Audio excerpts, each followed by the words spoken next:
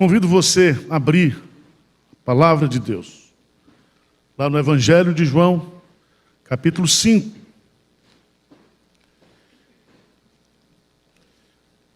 Esse evangelho foi escrito por João, apóstolo de Cristo. Ele escreve não somente esse evangelho, mas também as 3 cartas pastorais, 1 João, 2 João, 3 João, e também foi usado por Deus para escrever o Apocalipse. E o propósito de João, ao escrever este evangelho, é que você conheça Jesus Cristo e creia em quem Jesus Cristo é. E crendo em Jesus Cristo, você tem a vida eterna. Amém? Então eu quero lhe apresentar a Jesus nesta noite. Mas eu quero lhe apresentá-lo não com as minhas próprias palavras, mas como o próprio Jesus se apresenta. E esse capítulo 5 registra o primeiro sermão, o primeiro discurso público de Jesus após realizar um milagre no tanque de Siloé. E eu quero pontuar para você nesta noite, destacar como Jesus se apresenta, como Jesus revela a sua identidade e a sua missão. Por quê? Porque a minha vida, a sua vida,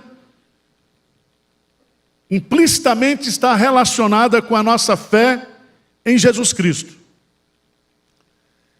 E aqui eu chamo a sua preciosa atenção, lá para o Evangelho de João, capítulo 3, por favor. Evangelho de João, capítulo 3.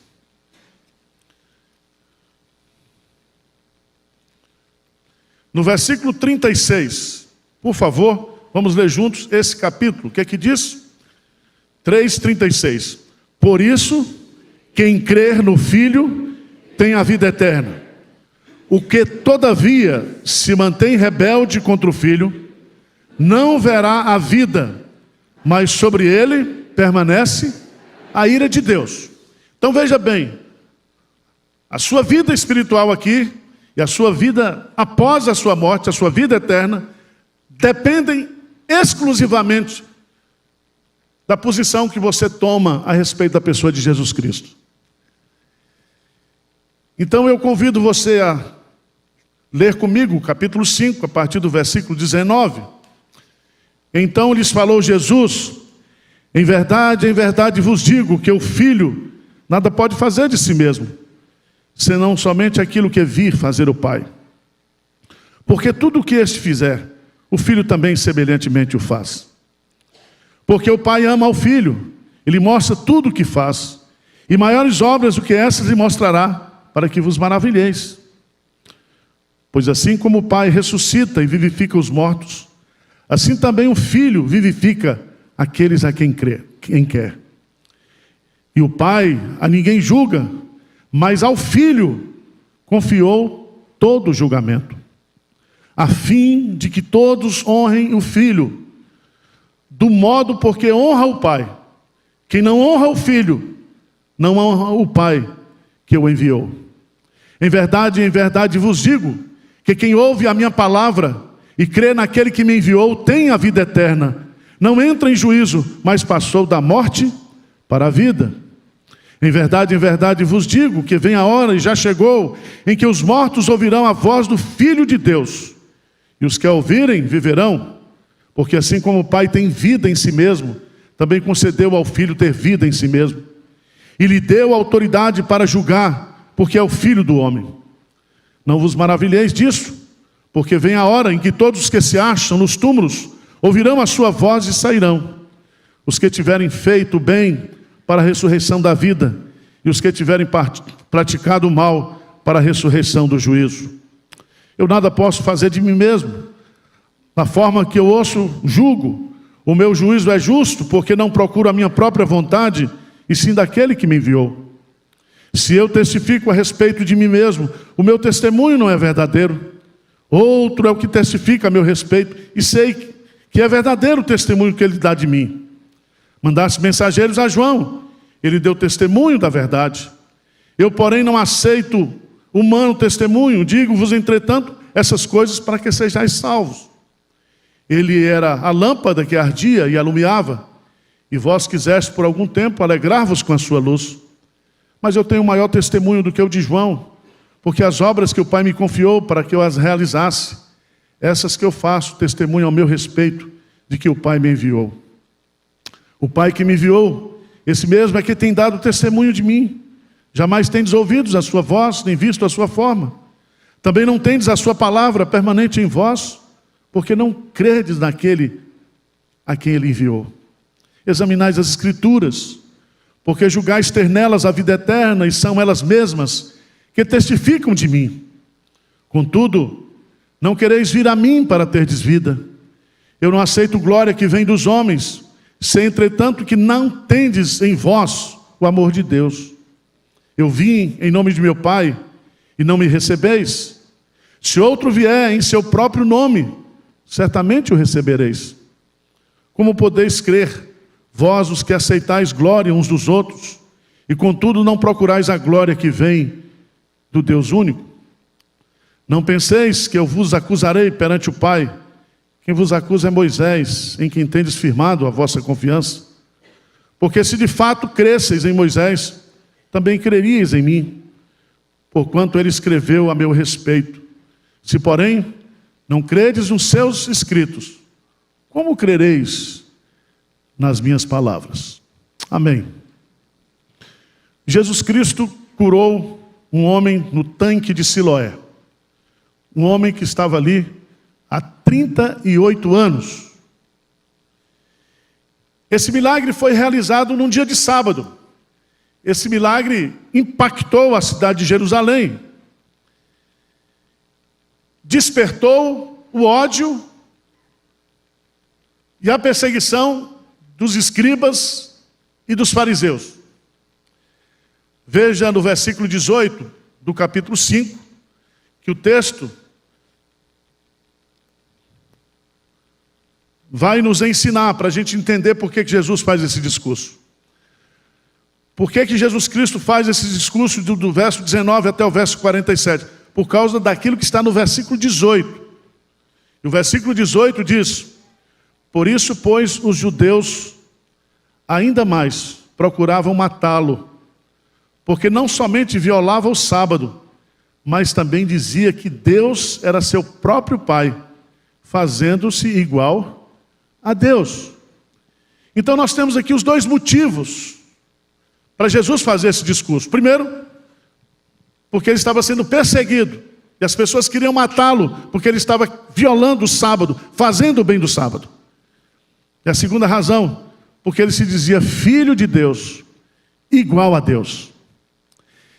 E a partir daí que então, no versículo 19, acompanhe comigo, Jesus faz esse discurso, e nesse discurso nós vamos encontrar revelações maravilhosas, feitas pelo próprio Cristo, acerca de si mesmo e acerca da sua missão.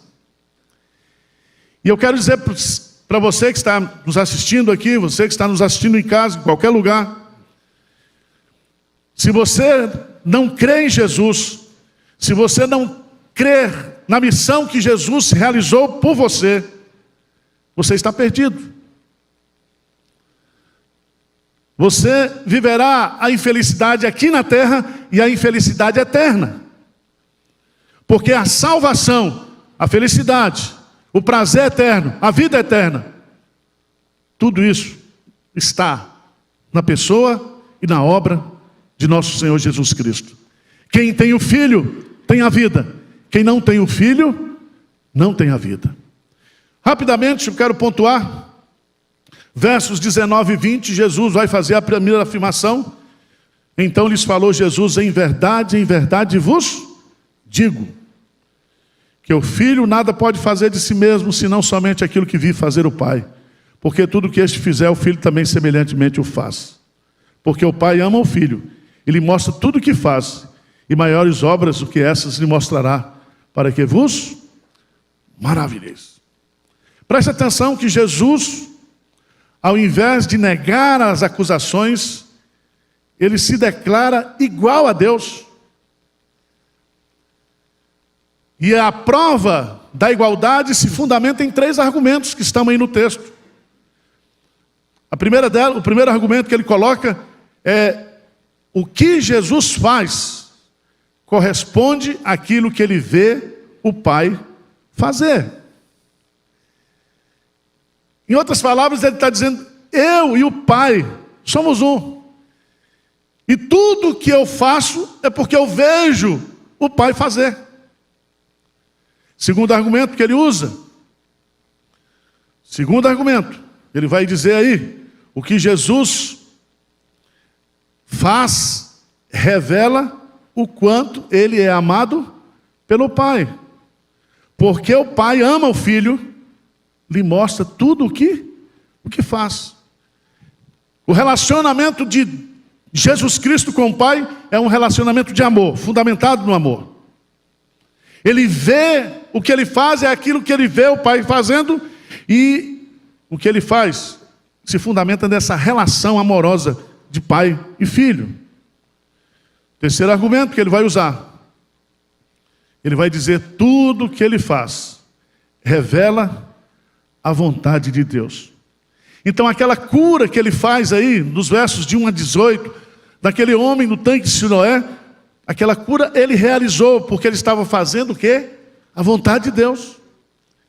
Então não existe nenhum gesto, nenhuma atitude na vida de Jesus Cristo que não seja a expressão verdadeira e sincera da vontade de Deus. Tudo que ele faz é em obediência ao seu Pai. Mas nos versos 21 a 29, Jesus vai sair dessa declaração de que ele é igual ao Pai, a Deus, mas ele vai dizer que a sua missão, ele veio a este mundo para realizar as obras do Pai. O que ele está fazendo não é decisão sua própria, mas o que ele está fazendo é realizando as obras que Deus pediu, mandou que ele fizesse. E aqui, meus amados irmãos, há 3 coisas que só Jesus faz, pelo fato dele ser Deus e por causa da sua relação com o Pai. Preste atenção. Ninguém faz o que Jesus Cristo vai revelar aqui. Maomé não faz, Siddhartha Gautama não faz, Allan Kardec não faz, nenhum líder religioso, nenhum líder espiritual, porque somente Jesus Cristo é o Filho de Deus. 3 coisas ele vai nos revelar aqui. Primeiro, no versículo 21, quer ler comigo aí? O que diz aí? Pois assim como o Pai ressuscita e vivifica os mortos, assim também o Filho vivifica aqueles a quem quer. Então preste atenção, qual é a primeira obra que só Jesus Cristo realiza? E a expressão é bem clara: só Ele ressuscita mortos. Ninguém tem o poder de ressuscitar. Se Adão é alma vivente, Jesus Cristo é espírito vivificante. Na tradição judaica, presta atenção, os judeus, eles criam que somente Deus poderia fazer 3 coisas. Primeiro, abrir os céus e dar chuvas à terra.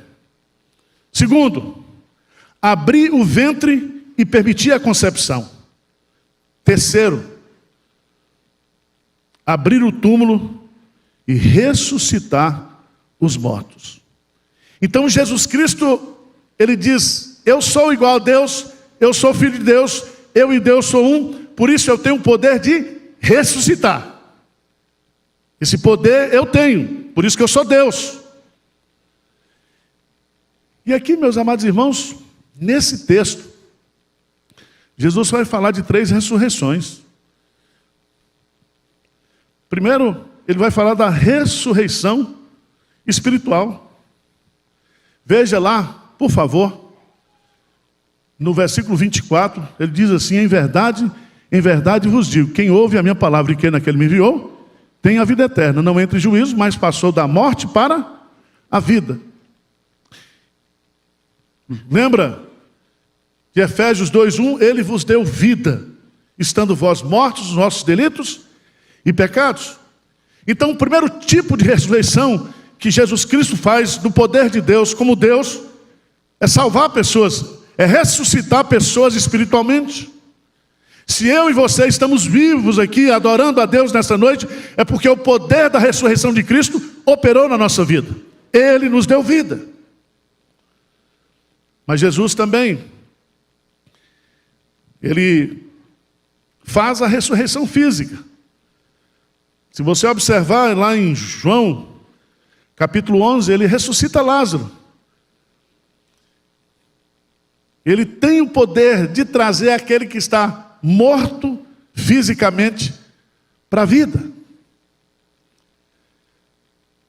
Terceira ressurreição que Jesus Cristo faz é a ressurreição física no juízo final. Lê comigo versos 28 e 29, por favor. Leia para mim aí. O que é que ele diz? Não vos maravilheis disto, porque vem a hora em que todos os que se acham nos túmulos ouvirão a sua voz e sairão.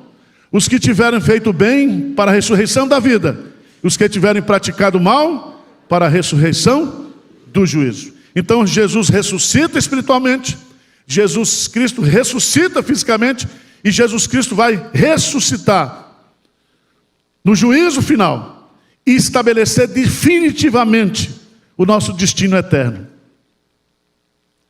Vocês estão entendendo ou não? Estou me esforçando, tá? O tempo dessa terceira ressurreição se dará na segunda vinda de Cristo. Durante o seu ministério, ele fez ressurreição física. Hoje, ele continua ressuscitando pessoas espiritualmente. Só ele tem o poder para ressuscitar pessoas. Mas vamos lá. Jesus ressuscita mortos. É a primeira obra que ele foi dada a ele pelo Pai. Segundo, versículo 22, presta atenção. Lê comigo aí. E o Pai a ninguém julga, mas ao Filho confiou todo o julgamento. Então Jesus Cristo recebeu a obra de ressuscitar, Jesus Cristo recebeu a obra de julgar. Abra sua Bíblia, por favor, para você entender isso. Vamos lá para 2 Coríntios. 2 Coríntios, no capítulo 4. Desculpa, no capítulo 5.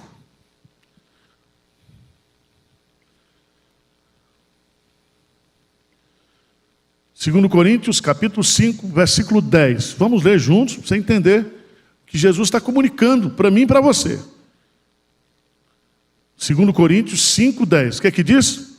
Porque importa que todos nós compareçamos perante o tribunal de Cristo, para que cada um receba segundo o bem ou mal que tiver feito por meio. Veja bem que o tribunal é chamado tribunal de Cristo. Então Deus deu para Jesus Cristo esse poder de ressuscitar e de julgar. E ele vai explicar isso, né?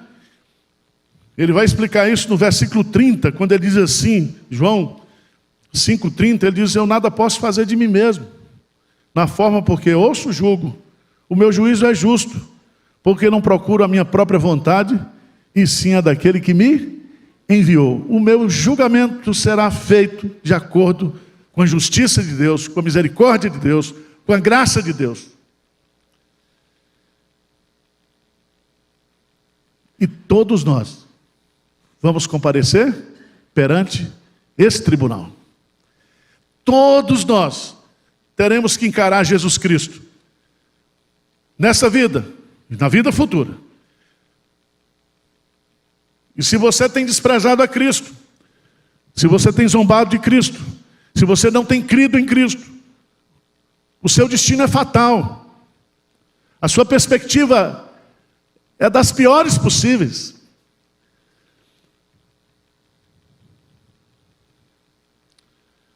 Mas, irmãos, terceira obra que Jesus realiza: Ele ressuscita mortos, Ele julga a todos os homens.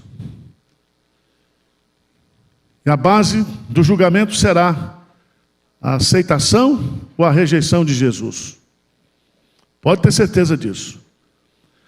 Mas, veja lá, no versículo 26, por favor, João 5, 26. Porque assim como o Pai tem vida em si mesmo, também concedeu ao Filho ter vida em si mesmo. Então, o Jesus que ressuscita, o Jesus que julga, é o Jesus que concede a vida eterna. Ele, somente Ele, pode nos dar vida. A vida de Deus. A vida de Deus. Ele diz claramente aqui. Ele diz claramente. Assim como o Pai tem vida em si mesmo. Eu e você, nós não temos vida em si mesmo. A nossa vida é dada, é doada e é tirada. Mas Jesus, Ele é a vida. Assim como o Pai é a vida. E somente Ele tem poder para nos dar vida. Dá um pulinho, por favor. No Evangelho de João, capítulo 1. Versículo 4 diz assim: a vida estava nele, e a vida era a luz dos homens. Mas eu não quero ser prolixo, eu quero encerrar. Jesus se declara igual a Deus. Jesus realiza as obras de Deus. E Ele vai encerrar o seu sermão, citando que há 4 testemunhos acerca da sua pessoa. O testemunho de João Batista, o testemunho das obras que ele realizava, o testemunho do Pai que havia enviado o seu Filho, e várias vezes houve a manifestação pública do batismo de Jesus, do ministério de Jesus, no Monte da Transfiguração, o Pai sempre testificando que Jesus Cristo era o Filho amado. Mas Ele vai dizer também que as Escrituras testemunham acerca da sua pessoa. E Ele vai dizer: se vocês de fato crescem em Moisés, na lei, vocês creriam em mim. Mas o que é conclusivo no texto, e aqui eu quero colocar para você, nesta noite, é que Jesus, Ele está fazendo uma afirmação muito séria para mim e para você.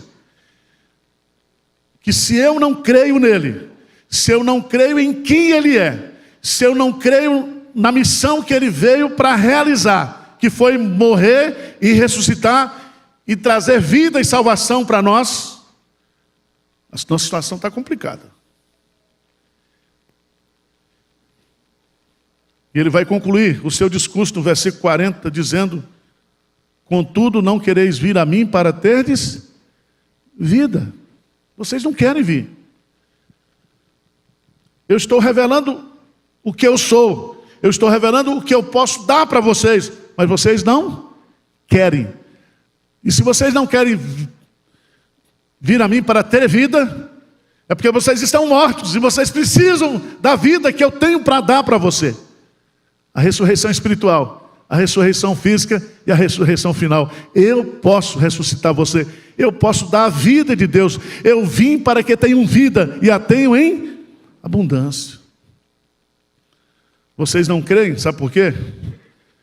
Ele vai dizer isso no versículo 41 a 44, que eles não podiam crer porque não tinham amor de Deus no coração e desejavam os louvores humanos, a glória humana. Porque você, para ser salvo por Jesus, Você precisa se esvaziar de toda glória humana, de toda justiça humana. A salvação é pela graça, é pela fé. A cruz nos humilha, a cruz nos abate, a cruz revela aquilo que nós somos diante de Deus: pobres pecadores, perdidos pecadores, soberbos pecadores. Mas eles não criam em Jesus. E isso os impedia de ler as Escrituras como elas deveriam ser lidas. Isso é muito interessante. Porque a Bíblia: examinais as Escrituras, porque julgais ter nelas a vida eterna. E são elas mesmas que testificam de mim. Irmãos, preste atenção. A fé vem pelo ouvir, e ouvir a palavra de Deus. Quando nós estudamos as Escrituras, como nós lemos as Escrituras, e aqui ele está falando para autoridades que tinham conhecimento bíblico do hebraico, de examinar, de estudar, de reler, de fazer exegese, de fazer interpretação. Eles liam, mas não viam Cristo o quê? Nas Escrituras.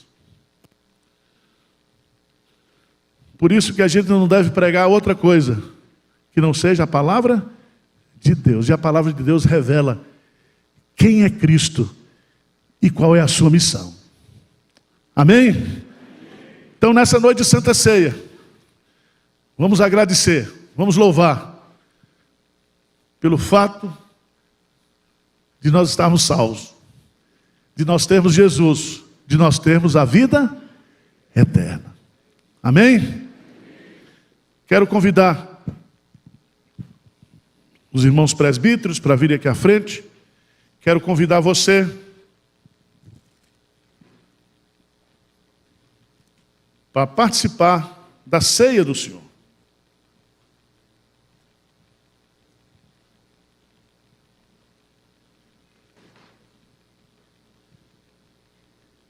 No capítulo 6 do Evangelho de João,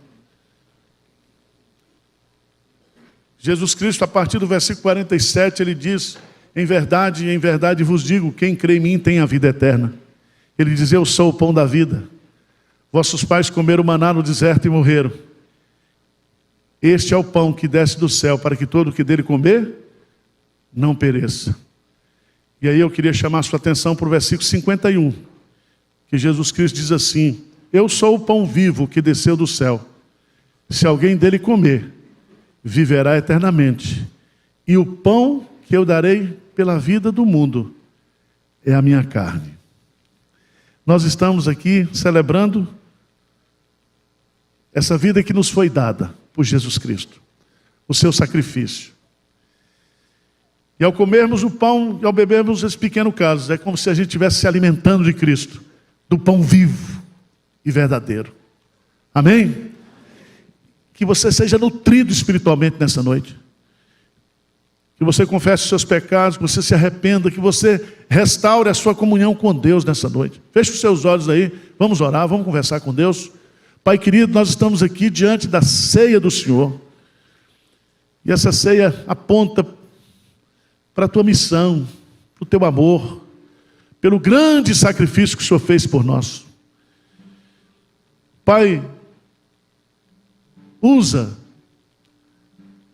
esse sacramento nesta noite para alimentar a tua igreja, para fortalecer a tua igreja, no poder que há nesse sacrifício, no poder que há no Espírito Santo. Venha nos perdoar, venha nos renovar, venha nesta noite nos encher de esperança, de alegria, de perspectiva, porque nós temos Jesus. Ele é o nosso Senhor, Ele é o nosso Salvador, Ele é a nossa esperança. Anima a tua igreja, conforta a tua igreja, santifica a tua igreja nesta noite, em nome de Jesus. Amém. Você que é membro desta igreja, membro de qualquer outra igreja evangélica, se você está em comunhão, participe conosco da mesa do Senhor.